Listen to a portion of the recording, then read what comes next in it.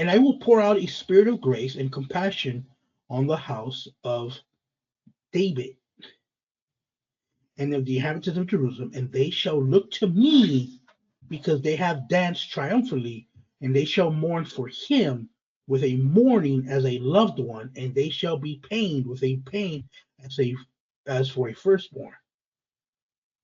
The Masoretic says, and I will pour out on the house of David and on the inhabitants of Jerusalem the spirit of grace and supplication, so that they will look on me whom they have pierced, and they will mourn for him as one mourns for an only son, and they will weep bitterly over him like a bitter weeping over a firstborn. On that day, the mourning in Jerusalem will be great, like the mourning for a pomegranate orchard cut down in the plain. And in the land shall mourn, tribe of the house of David by itself, and their wives by themselves, the tribe of the house of Nathan by itself, and their wives by themselves, the tribe of the house of Levi by themselves, for their wives by themselves, the tribe of Simeon by themselves, and so forth. All the tribes that are left are going to mourn. Again, that's kind of weird as well. But the overall picture that we want to get from here is what? So a spirit of grace and compassion is going to be poured out, right? Now the text doesn't tell us if this is before, during, or after the battle.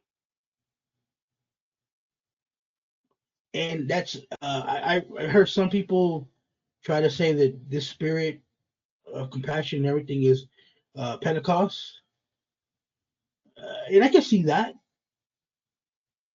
Um, but I mean, the text doesn't really tell us, right? So whatever that spirit is, it's going to cause the people to mourn after they thought that they were victorious. Which, and again, the Septuagint says dance triumphantly, but I think here the Masoretic has it more accurately.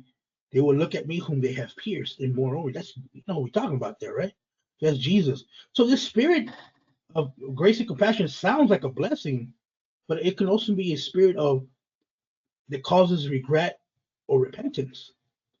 But the bottom line is, although God promises to protect some of the Jews and destroy the nations, there will still be a great mourning in the land.